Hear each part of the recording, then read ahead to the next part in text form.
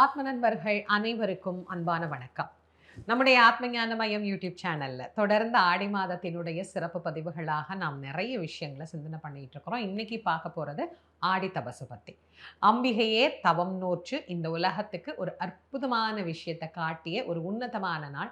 இந்த நாளினுடைய சிறப்பு, இந்த நாள்ல நம்ம எப்படி வழிபாடு பண்ணணுங்கிற அனைத்து தகவல்களையும் இதுல தெளிவாக தெரிந்து கொள்ளலாம் வாங்க.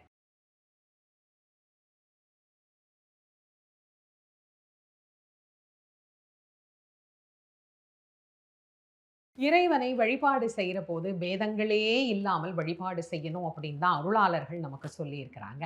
ஆனால் அதில் சைவம் உயர்ந்ததா, வைணவம் உயர்ந்ததா, சாக்தம் உயர்ந்ததா, எந்த வழிபாடு உயர்ந்தது அப்படிங்கிற ஒரு பேதம் நம்முடைய மனதிற்குள்ள எப்பெல்லாம் ஏற்படுகிறதோ அப்பெல்லாம் இறைவனுடைய இந்த தோற்றங்களை நாம் நினைவு வைத்துக் கொள்ளணும். இறைவன் ஒருவனே. அந்த ஒருவனான இறைவன் பல்வேறு வடிவங்களாக, பல்வேறு நாமங்களாக, பல்வேறு வண்ணமுடையவராக, ஒவ்வொருவருக்கும் அருள் புரியக்கூடியவராக பல காலங்கள்ல பல தோற்றங்கள்ல நமக்கு காட்சி தந்திருக்கிறார். அதனாலதான் இறைவனுக்கு இத்தனை வடிவங்களும் இத்தனை சிறப்பு பெயர்களும் நமக்கு சொல்லப்பட்டிருக்கு. இதுதான் நிதர்சனமான உண்மை. இத ஒவ்வொரு முறையும் நாம நினைவுபடுத்திக்கணும் அப்படின்னா ஆடி மாசத்துல வரக்கூடிய இந்த நாளை நாம மறக்க கூடாது. அதுதான் ஆடி தபசு. ஆடி தபசு அம்பாளுக்கு தானே விசேஷமான நாள் அப்படின்னா, சமயங்களை ஒரு 6 வகையாக நமக்கு வகுத்து வைத்தார் ஆதிசங்கரர். அதுல 3 சமய வழிபாடுகளை ஒரே நாளில் நாம் செய்யக்கூடிய ஒரு வழிபாடு எது அப்படின்னா ஆடி தபசு வழிபாடு தான். அன்றைக்கு சங்கர நாராயணராக சைவ வைணவ வழிபாட்டையும் அம்பிகையினுடைய வழிபாட்டையும் சேர்த்து செய்யக்கூடிய ஒரு உன்னதமான நாள். நாம எப்பயுமே ஒரு விஷயத்தை தெரிஞ்சுக்கணும். தெய்வத்தை வழிபாடு செய்கின்ற போது அதில் இது உயர்ந்தது அது உயர்ந்தது அப்படிங்கிற பேதமைக்கு ஆட்படக்கூடாது. ஒரு காலத்துல சங்கன் பதுமன் என்கின்ற இருவரும் சைவம் உயர்ந்தது வைணவம் உயர்ந்தது அப்படின்னு போட்டி போட போகத்தான் இன்னைக்கு நமக்கு சங்கர நாராயணரே கிடைச்சிருக்கிறார். இதற்கான வரலாறுகளை நிறைய முறை நம்முடைய யூடியூப்ல நான் உங்களுக்கு சொல்லியிருக்கேன். அதனால இந்த முறை நான் வரலாறு சொல்ல போறது கிடையாது. வழிபாடு பத்தி மட்டும்தான் நான் உங்களுக்கு சொல்றேன். சங்கர நாராயணர் அம்பிகையினுடைய தவத்திற்காக வெளிப்பட்டார். அம்பாளினுடைய தவம் என்பது அவ்வளவு சாதாரணமானது அல்ல. பொதுவாகவே நம்ம ஒரு நாளைக்கு விரதம் இருக்கணும்னா ஒரு வாரத்துக்கு முன்னாடியே தயாராகிடுவோம். நான் அடுத்த வாரம் திங்கட்கிழமை விரதம், நான் பௌர்ணமி விரதம், நான் பிரதோஷ விரதம். அப்புறம் முதல் நாள்ல இருந்து ரொம்ப தயாராகிடுவோம். சில பேர் முதல் நாளே நிறைய சாப்பிட்டு வச்சுக்குவாங்க. ஏன் இன்னைக்கு இவ்வளோ சாப்பிட்ற அப்படின்னா, நாளைக்கு நான் விரதம் அதனால இன்னைக்கே சாப்பிட்டு வச்சுக்கிறேன்னு. இந்த மாதிரியெல்லாம் நம்ம விரதத்துக்கு எவ்வளோ முன்னாடி ஒரு நாள் பட்னி இருக்கிறதுக்கே தயாராகிறோம். ஆனால் அம்பிகையினுடைய தவம் அப்படி அல்ல. தான் நினைத்த காரியம் நிறைவேறும் வரை மிக கடுமையாக அம்பாள் தவம் செய்து இறைவனுடைய அருள் எப்படிப்பட்டது அப்படிங்கிறத நமக்கு நிறைய இடங்கள்ல நிரூபித்து காட்டியிருக்கிறார். அதுல ஒண்ணுதான் சங்கரன் கோயில் என்று இன்னைக்கு அழைக்கப்படக்கூடிய இந்த இடத்துல அம்பிகை தன்னுடைய தோழிமார்களோடு வந்து தேவாதி தேவர்கள் எல்லோரும் நலன் பெற வேண்டும் அப்படிங்கிறதுக்காக அம்பாளே நீண்ட நெடிய காலம் தவம் செய்து இறைவனை சங்கர நாராயணராக நமக்கு காட்டினார். ஹரியும் ஹரனும் ஒன்று அப்படிங்கிறத இறைவனை நிரூபித்து காட்டிய ஒரு இடம்தான் இந்த சங்கர நாராயணர் திருக்கோயில். இந்த சங்கர நாராயணர் திருக்கோவில்ல நடைபெறக்கூடிய ஆடி தபசு காலம் ரொம்ப ரொம்ப விசேஷமான காலம்.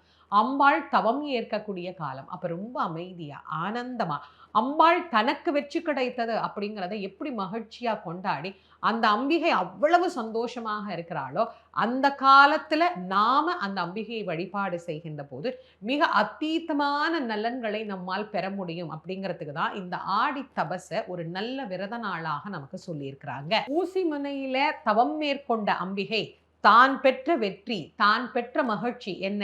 இறைவனை தரிசனம் செய்தது. இதே காட்சியை உலக உயிர்கள் எல்லாம் பெறணும் அப்படின்னு பிரார்த்தனை செய்ததுனால தான் இன்னைக்கும் நாம இங்க சங்கர நாராயணரை வழிபாடு செய்கிறோம். இதற்கு காரணம் யாரு? கோமதி அம்பிகை தான்.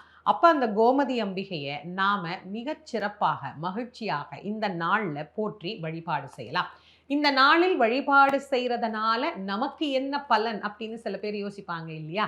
இப்போ ஆடி மாசம் முழுக்க நிறையவே விரதம் இருக்கு. அதுல இந்த ஆடி தபசு அன்னைக்கு அம்பாளை நம்ம வழிபாடு செய்தால் என்ன பலன் கிடைக்கும்? நிறைய பேர் வாழ்க்கையில சில விஷயத்துல வெற்றி கிடைக்காம போராடி கொண்டே இருப்பார்கள். ஒரு தொழிலா இருக்கட்டும், ஒரு தொழில் செய்கிற போது அந்த தொழில் எனக்கு வெற்றியே கிடைக்கலமா, ரொம்ப காலமா நான் போராடிட்டு இருக்கிறேன். எனக்கு இந்த வெற்றி வாய்ப்பு என்னால எட்ட முடியல அப்படிங்கிறவங்க நெறைய பேர் உண்டு. ஒரு வேலைக்காக முயற்சி செய்கிறேன், அல்லது ஒரு திருமணத்துக்கு முயற்சி செய்கிறேன். எனக்கு அதுல வெற்றி கிடைக்கல. இந்த மாதிரி வாழ்க்கையில நீங்க கடுமையா ஒரு விஷயத்துக்கு முயற்சி பண்றீங்க. அது உங்களுக்கு கைகூடல அப்படின்னா, இந்த நாள்ல நீங்க அம்பிகைய வழிபாடு பண்ணி பாருங்க. கண்டிப்பாக உங்களுடைய கடுமையான முயற்சிக்கு வெற்றி கிடைக்கும். ஏன் அப்டின்னா, அம்பாளின் கடுமையான முயற்சிக்கு வெற்றி கிடைத்த நாள் இந்த நாள். அப்ப யாரெல்லாம் உண்மையா, கடுமையா ரொம்ப நாளா ஒரு விஷயத்துக்கு போராடுறாங்க அப்படிங்கிறத அம்பாள் தெரிந்து கொண்டு, அவர்களுக்கு அருள் செய்யக்கூடிய நாளாக இந்த நாள் விளங்குகிறது. நீங்க கோமதி அம்மனையும் வழிபாடு பண்ணலாம். உங்க ஊர்ல இருக்கக்கூடிய அம்பிகையும் நீங்க வழிபாடு பண்ணலாம். பொதுவாகவே ஆடி தபசு எல்லா அம்பாள் கோயில்லயும் ரொம்ப ரொம்ப விசேஷமாக பூஜைகள் நடக்கும். எப்ப நடக்குதுன்னு கேட்டுக்கோங்க. வழிபாடு செய்றதுக்கான நேரம் என்ன அப்படிங்கிறதை நான் இப்போ உங்களுக்கு சொல்றேன். என்னைக்கு இது வருது அப்படிங்கிறதை உங்களுக்கு இப்போ குறிப்பிடுறேன். ஆடித் தபசு சங்கரன் கோவில்ல இந்த ஆண்டு 28ஆம் தேதியே கொண்டாடப்படுகிறது. இரவுல பௌர்ணமி அமைந்திருக்கிற காரணத்தினால, அம்பாளுக்கு இறைவன் காட்சி தந்த நாள் பௌர்ணமி நேரம் அப்படிங்கிறதுனால 28ஆம் தேதி சங்கரன் கோயிலிலும், சில கோவில்கள்ல 29ஆம் தேதி கொண்டாடப்படுது.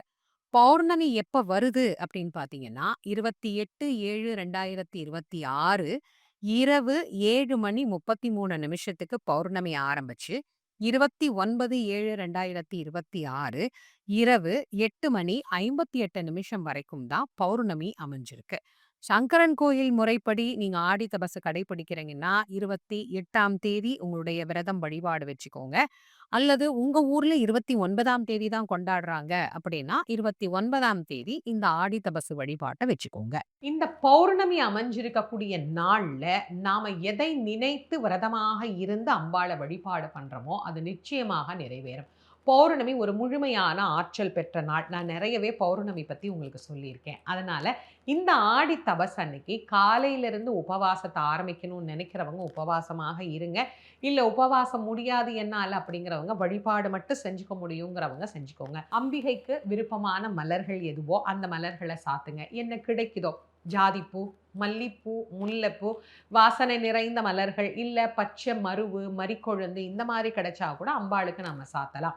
எது இருக்குதோ அத அம்பாளுக்கு சாத்துங்க. வாசனை பூவா இருந்தா மகிழ்ச்சி. எளிமையான ஏதாவது ஒரு நெய்வேத்திய பொருள் செஞ்சு வச்சுக்கோங்க. ஒரு பால் பாயாசம் கூட நீங்க வச்சுக்கலாம். இல்ல ஒரு பருப்பு பாயாசம் கூட வைங்க.